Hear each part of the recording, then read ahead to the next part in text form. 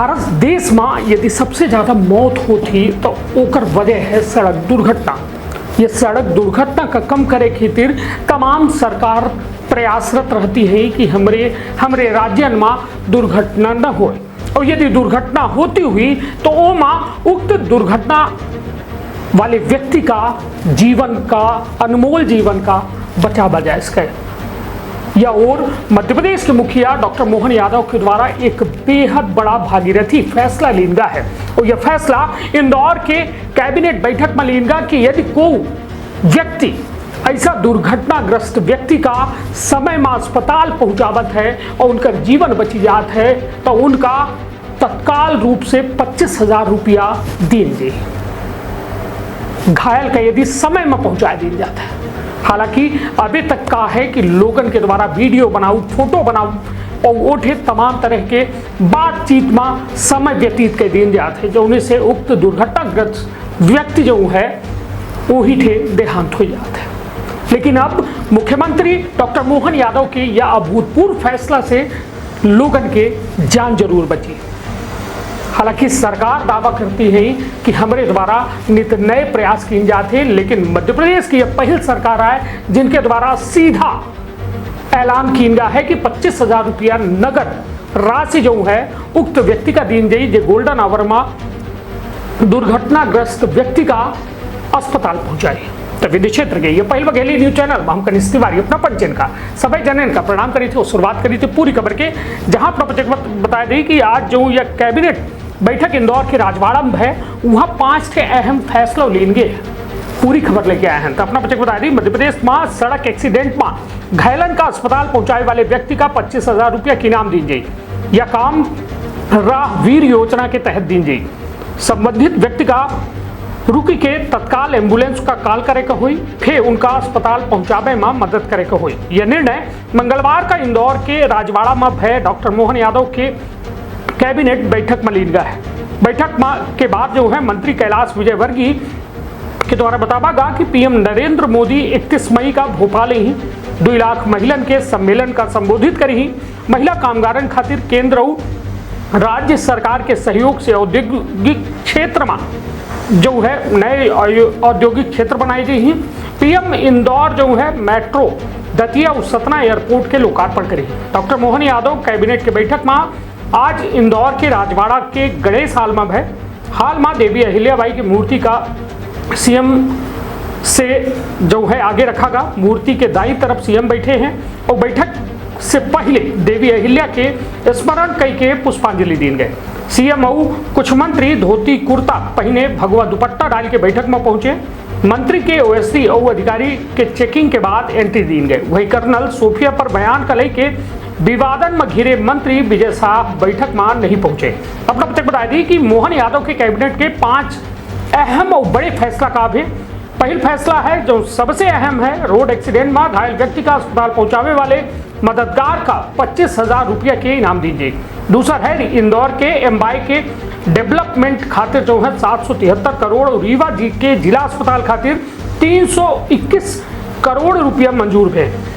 ओमकारेश्वर में आदि शंकराचार्य के प्रतिमा के पास सनातन परंपरा के विकास खातिर 2100 करोड़ के प्रावधान किया है। सीएम शहरी स्वच्छता कार्यक्रम फिर से शुरू हुई।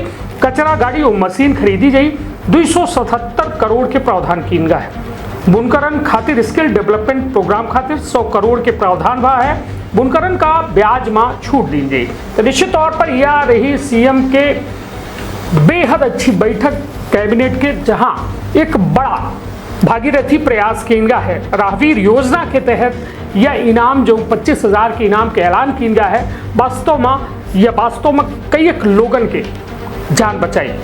कहे कि तमाम लोगन के अंदर जागरूकता तो है, लेकिन जागरूकता से पहले है डर। यह राहवीर योजना के तहत अब वह डरों का खत्म करने के काम किया है। कहे कि एक डर है कि हमसे पुलिस पूछताछ करी, हम न फंसी गई, या तमाम तरह के उनके मन में शंका रहा थी। लेकिन अब जो है जब 25,000 के इनाम की घोषणा की गई ही, तो अपना खुद कल्पना करी कि यह एक बेहद प्रोत्साहित करे वाला कदम है, जहां तमाम लोगन के जिंदगी और मौत से जंग सड़क पर जूझ रहे हैं, वास्तव में उनके जिंदगी का बेहतर मतलब उपचार मिल जाए, उनका जान बच जाए ओके खातिर यह योजना बिल्कुल एक नवाचार है और एक बड़ा संदेश है। हालांकि रीवा के जिला अस्पताल का स्वास्थ्य सुविधन का दुरुस्त करे खातिर 231 करोड़ के जो राशि जारी की गई ही निश्चित तौर पर यह एक बिंद खातिर बेहतरी खातिर है। निश्चित तौर पर आज की यह जो कैबिनेट बैठक रही रीवा खातिर नहीं वरन पूरे मध्य प्रदेश खातिर एक बेहद कहा जाए कि ऊर्जावान कैबिनेट बैठक रही और एमा मध्य प्रदेश के सूरत और सीरत दोनों पर काम किया गया है। तो अपन अपने परिवार के रखा बहुत ख्याल सुनी पूरा बयान। धन्यवाद, प्रणाम। हम लोग बहुत श्रद्धा से और प्यार से मां साहब बोलते हैं। अहिल्याबाई होलकर जी की 300वीं जयंती के अवसर पर हमारे लोकप्रिय मुख्यमंत्री जी ने ये निर्णय लिया इस बार कैबिनेट इंदौर में हो और होलकर राजाओं के द्वारा निर्मित इस राजवाड़े के अंदर हम कैबिनेट करेंगे। निश्चित रूप से हम सब इंदौर ही नहीं मालवा निमाड़ के लोग अपने आप को गौरवान्वित महसूस कर रहे हैं। अहिल्या माता ने जहां तक का शासन था उनका, वहां के सब लोग माननीय मुख्यमंत्री जी को धन्यवाद दे रहे हैं कि उन्होंने आज कैबिनेट करके इस स्थान को महत्व दिया है। और मैं भी यहाँ का जनप्रतिनिधि हूं, इसलिए माननीय मुख्यमंत्री जी को धन्यवाद देता हूं। आप सभी जानते हैं कि हमारे देश के यशस्वी प्रधानमंत्री जी ने 4 मजबूत स्तंभों की बात की है। युवा, महिला, किसान। इसमें से महिला सशक्तिकरण यह हमारा एक बहुत महत्वपूर्ण विषय और ये पूरा की पूरा मां साहब को समर्पित है, अहिल्या माता जी को समर्पित है। और उनके ही सम्मान में 31 मई को देश के यशस्वी प्रधानमंत्री नरेंद्र मोदी जी भोपाल पधार रहे हैं और 2 लाख महिलाओं के सम्मेलन को संबोधित करेंगे। महिला सशक्तिकरण के लिए जो कार्यक्रम केंद्र सरकार और प्रदेश सरकार के द्वारा किए जा रहे हैं, जिस प्रकार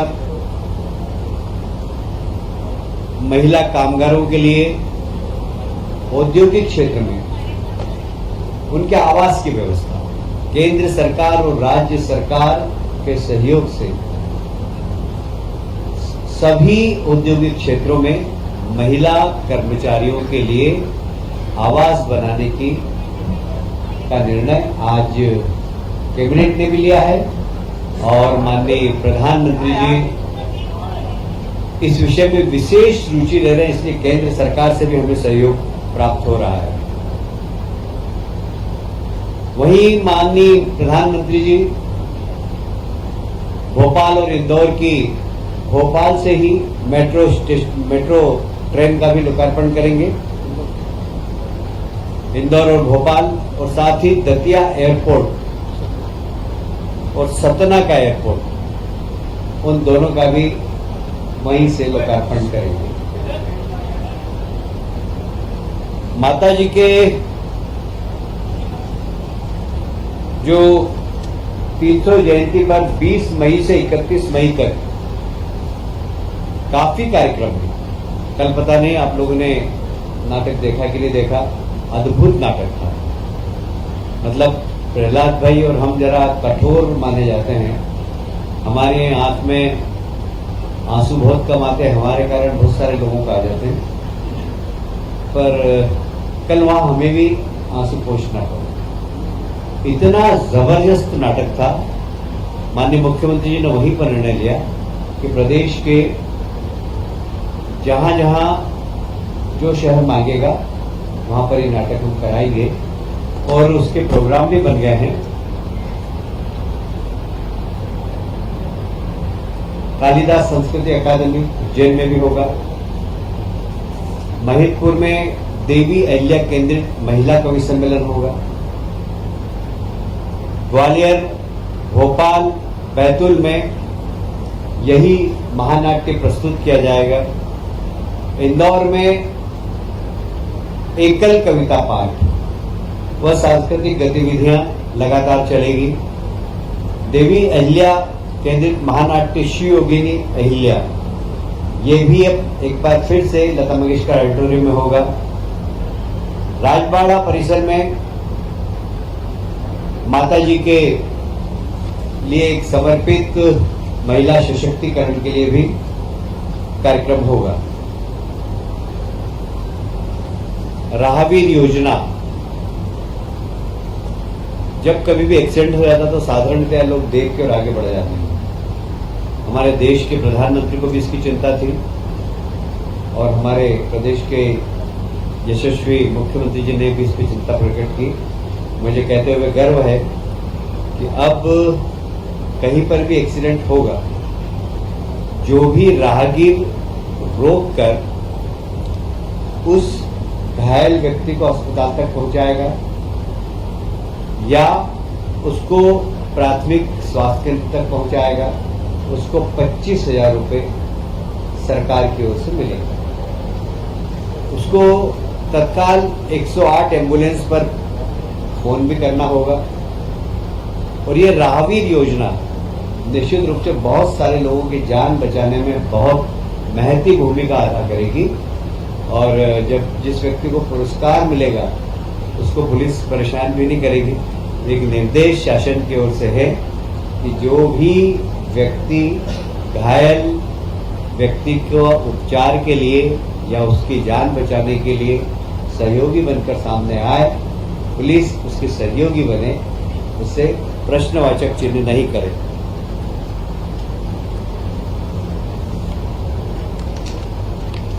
आप सभी जानते हैं कि हमारी सरकार किसानों को उनकी आय दुगनी हो, और इसलिए आपने देखा होगा कि एमएसपी हम लगातार बढ़ा रहे हैं। जहां एमएसपी बढ़ा रहे हैं वहां पर हम किसान के उत्पादन को खरीद भी रहे हैं। और इसलिए इस बार हमारी सरकार ने एमएसपी तो 2400 और 2500 रुपये निर्धारित की गई थी। हमारी सरकार ने 75 रुपये प्रति क्विंटल बोनस देकर 2600 रुपये प्रति क्विंटल में खरीदा।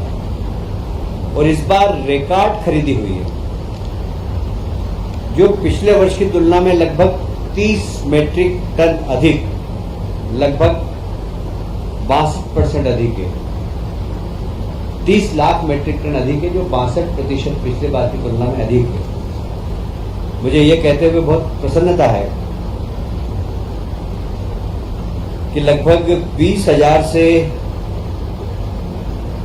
20,000 करोड़ रुपया किसानों को बांटा गया, उनका पूरा उत्पादन खरीदा गया। 9 लाख किसानों से टोटल खरीदा गया है। और माननीय मुख्यमंत्री जी ने, विभाग के अधिकारी और माननीय मंत्री जी को भी धन्यवाद दिया है, और पूरे मंत्रिमंडल ने मुख्यमंत्री जी को इस अच्छे कार्य के लिए बधाई भी दी है।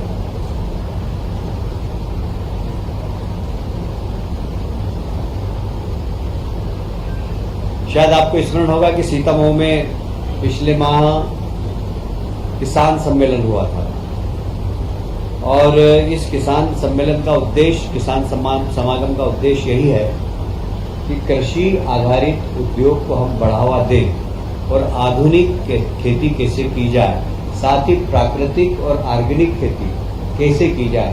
वहाँ न सिर्फ प्रशिक्षण दिया जा रहा है, इसका मार्केट भी डेवलप हो। इसके लिए किसान समागम पिछले समय बहुत सफलतापूर्वक सीतामऊ में संपन्न हुआ है। दूसरा हमारा इसी प्रकार का किसान समागम नरसिंहपुर में 26 से 28 मई के बीच में होगा, जहां कृषि आधारित उद्योग पर चर्चा होगी।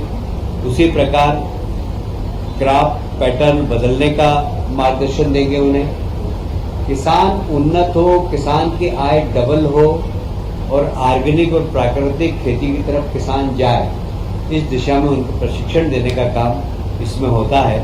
और साथ ही वैल्यू एडिशन कैसे हो सकता है, गांव के अंदर ही छोटे उद्योग, बड़े उद्योग, किसान सिर्फ उत्पादन नहीं करे, रोजगार देने वाला व्यक्ति भी बने।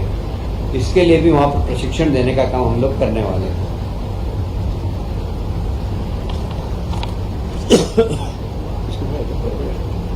बहुत तेज या कम कर दो।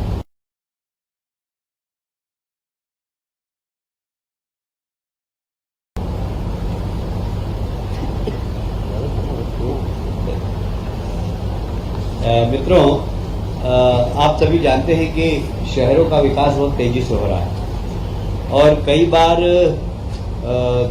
दो शहरों के बीच में यदि विकास करना हो तो कौन सी एजेंसी करे, ये हमेशा एक प्रश्न चिन्ह उठता है। जैसे इंदौर के लिए हमको अंतर्राष्ट्रीय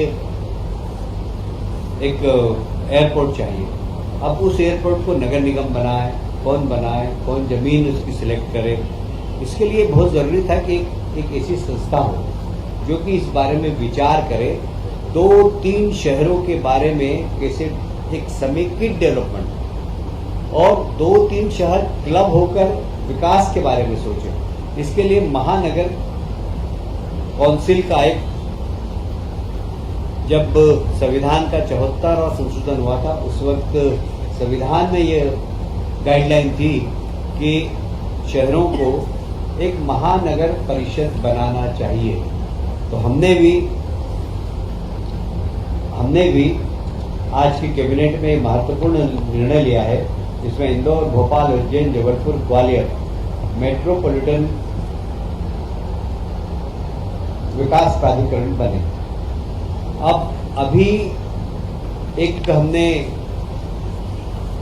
नियम का एक ढांचा बनाया है, उसके बाद इसमें कैसे हमें जनप्रतिनिधि को जोड़ना, जनप्रतिनिधियों के लिए काम, जनप्रतिनिधियों के मार्गदर्शन में काम करना।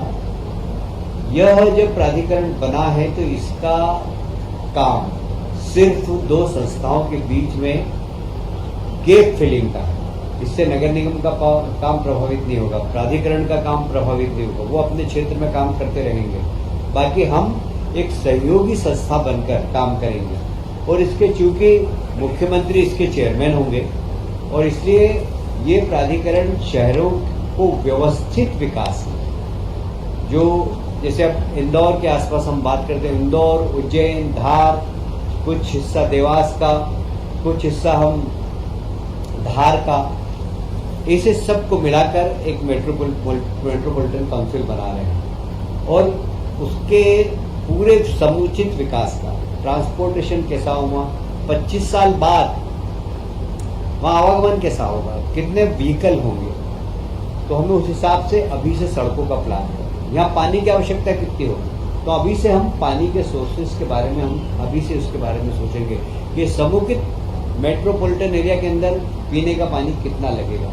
यदि उस क्षेत्र के अंदर खेती है तो खेती किसान को पानी समुचित रूप से मिल सके, क्योंकि हमारे खेत को पानी देने का हमने संकल्प लिया।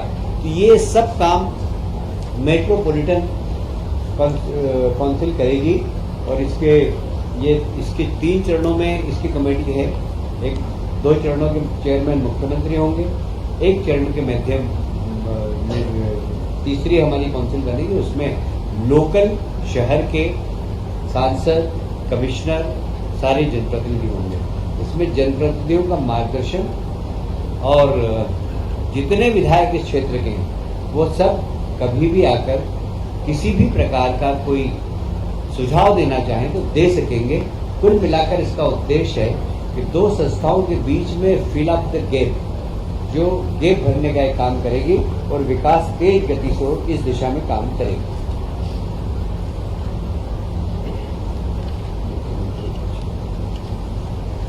मित्रों, स्वच्छ भारत मिशन देश के प्रधानमंत्री जी ने चालू किया है और उसमें नगर निगम, नगर पालिकाओं को काफी धनराशि भी आवंटित की गई।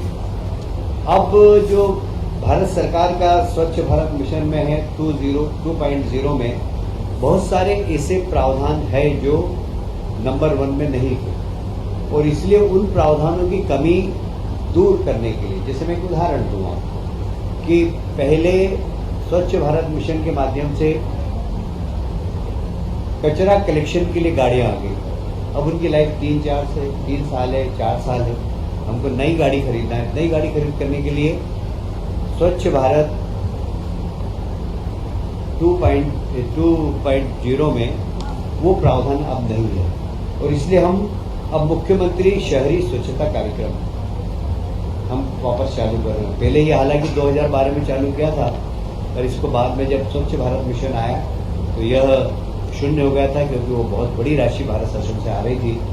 पर अब आवश्यकता है इस बात की, जैसे अब ड्रेनेज के अंदर मेन होल में व्यक्ति नहीं घुसे, उसके लिए मशीन खरीदना है, तो नगर निगम के पास पैसा नहीं है, और स्वच्छ भारत मिशन जो भारत सरकार का उसमें प्रावधान अब नहीं है सेकंड पार्ट में। तो हम मुख्यमंत्री स्वच्छता कार्यक्रम के अंतर्गत वो मशीन उनको उपलब्ध कराएंगे। कुल मिलाकर स्वच्छ भारत मिशन लगातार तेज गति से चलता रहे, और इसलिए इसके सपोर्ट के लिए ये मुख्यमंत्री शहरी स्वच्छता कार्यक्रम के अंतर्गत हमने आज कैबिनेट में निर्णय लिया है। पहले चरण में हमने 277 करोड़ का ऐसे प्रावधान किया। हालांकि ये राशि मुझे अभी कम दिख रही है, इसलिए आज मैंने कैबिनेट में कहा भी है कि मुख्यमंत्री जी ये राशि बढ़ाना पड़ेगी, क्योंकि बहुत सारे नगर निगमों में बहुत सारे सामान नहीं है, मैं जहाँ भी जाता हूँ। पर ये इसकी शुरुआत हो गई है। पैसे के तो कभी भी आ सकते हैं, 12 महीने हम लोग कैबिनेट करते रहते हैं, और पर यह एक अच्छी शुरुआत हुई है कि स्वच्छता मिशन जो केंद्र सरकार का वो तेज गति से चलता रहे। आज एक महत्वपूर्ण निर्णय और हुआ, फिर उसको वैसे कर दो, जैसे कर दो, ऊपर कर दो।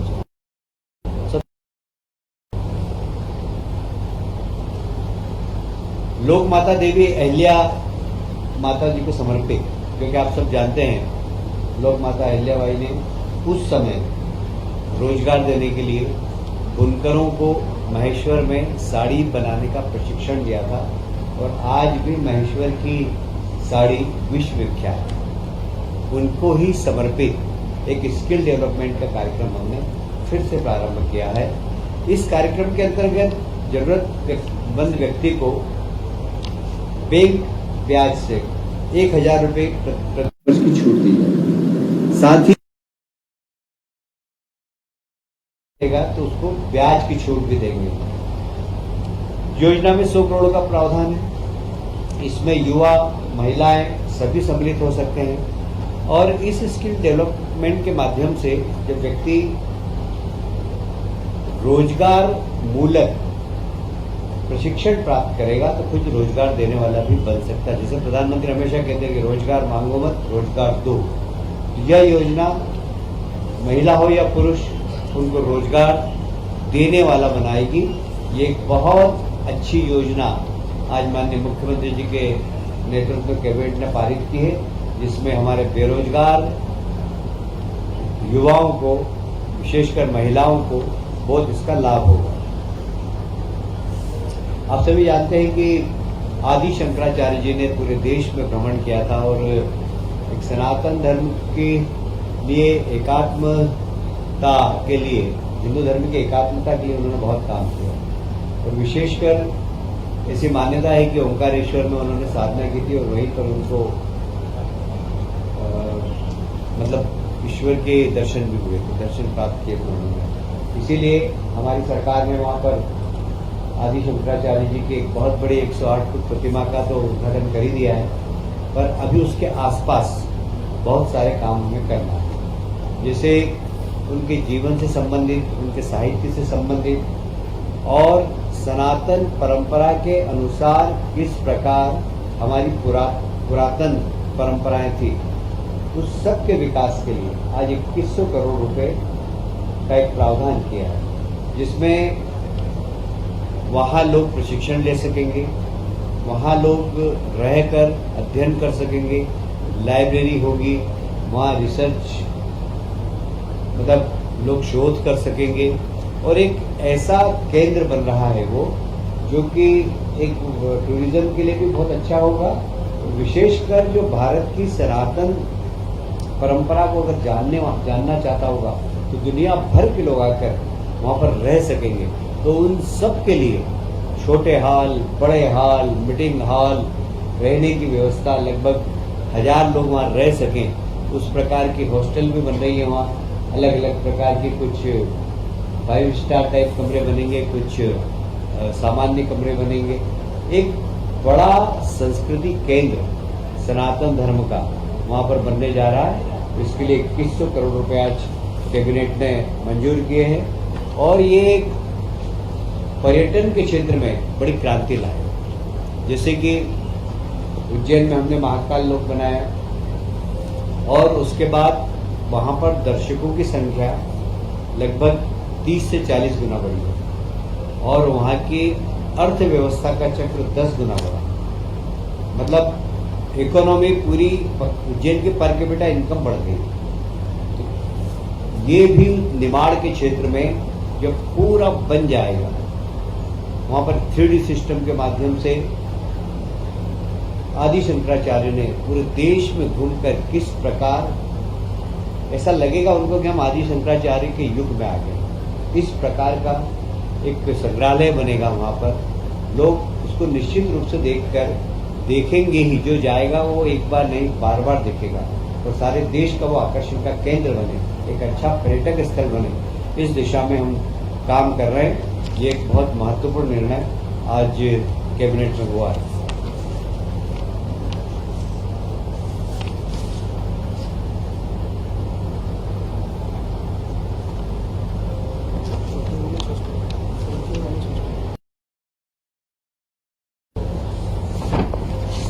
जैसा कि मैंने अपने बात के प्रारंभ में ही कहा था कि वर्किंग वुमेन हॉस्टल सब इंडस्ट्रियल एरिया के अंदर हम बनाने का निर्णय लिया है।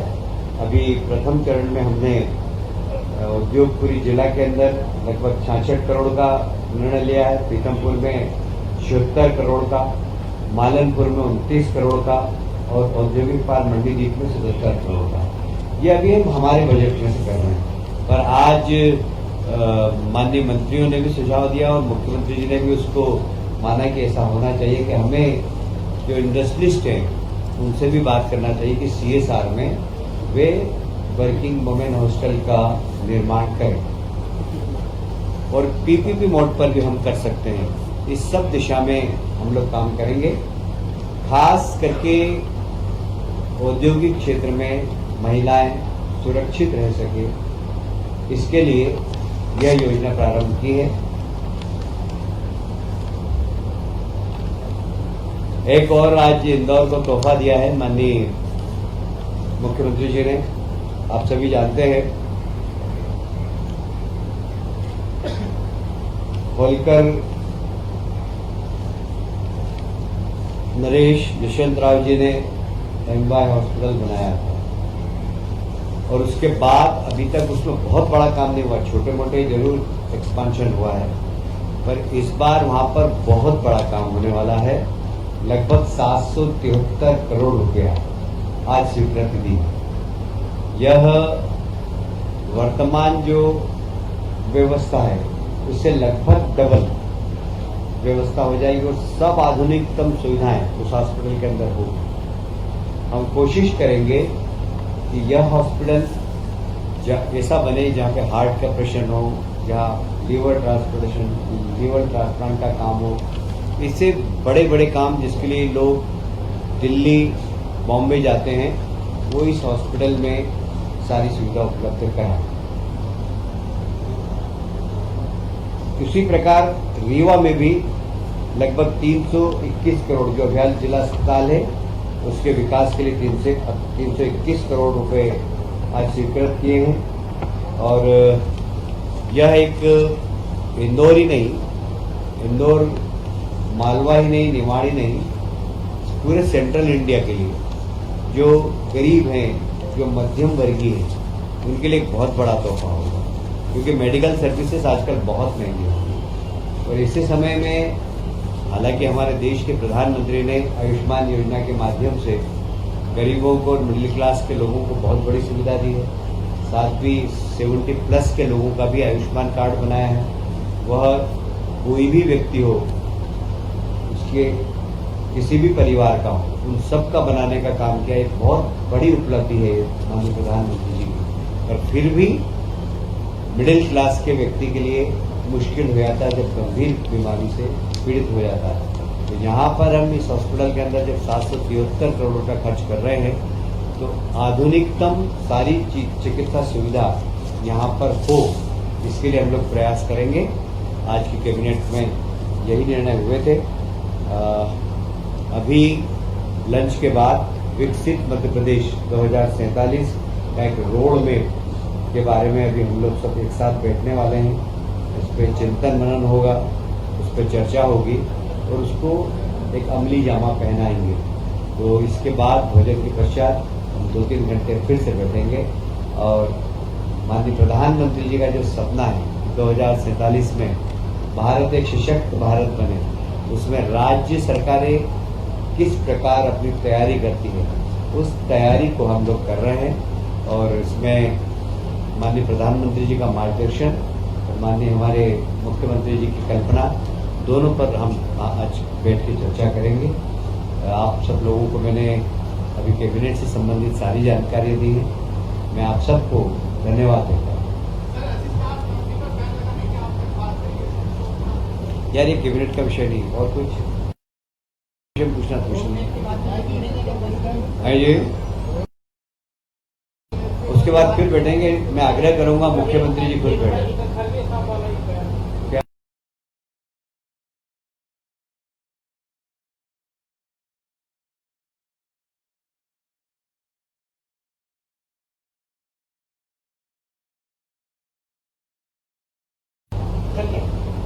देखिए, खड़गे जी जो बयान देते हैं अब मैं बहुत वरिष्ठ है, उनके बारे में कुछ टिप्पणी करूँ तो अच्छा नहीं, पर हमेशा एक बात का ध्यान रखना चाहिए, कोई सा भी राजनीतिक दल कि नेशन फर्स्ट। दुर्भाग्य से लोग ऐसे ऐसे विषयों पर देश के अंदर राजनीति कर रहे हैं जिस पे नहीं होना चाहिए। मुझे याद आता है अटल बिहारी वाजपेयी को। कल शरद पवार जी ने भी अपने भाषण में कहा कि जब नरसिंह राव जी प्रधानमंत्री और मानवाधिकार का हनन हो रहा है जम्मू कश्मीर में, इसको लेके एक सख्त नोटिस यूनाइटेड नेशन में दिया। नरसिंह राव जी पस्त हो गए थे क्योंकि प्रतिबंध लगने वाले। उस समय नरसिंह राव जी ने अटल जी से कहा कि इसका नेतृत्व आप करें। सलमान खुर्शीद थी विदेश मंत्री, उसमें अटल बिहारी वाजपेयी जी ने यूएन में भारत का पक्ष रखा। शरद पवार जी भी उस मंत्रिमंडल में शामिल थे। कल शरद पवार जी ने इस बात का जिक्र भी किया। जब देश की बात हो तो हमें राजनीति नहीं करनी चाहिए। तो इसलिए खड़गे जी जो बोल रहे हैं, राहुल गांधी जी जो बोल रहे हैं, देश की जनता समझ रही, मैं उसके ऊपर कोई टिप्पणी करूं ये मैं उचित नहीं। Thank you.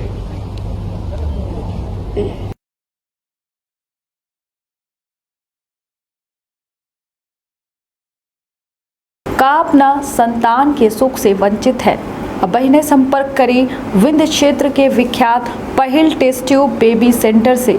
महिला से संबंधित कोनो गंभीर समस्या के खातिर संपर्क करें प्रतिदिन पुराना तीर्थ मेमोरियल अस्पताल कुटेही रीवा। संपर्क कर सके थे 8821000416 पर या 0766235245 पर। डॉक्टर बीना मिश्रा, स्त्री रोग एवं बांझपन विशेषज्ञ से प्रथम IVF क्लिनिक, IVF मौत तकनीकी, लेजर हैचिंग के उपयोग,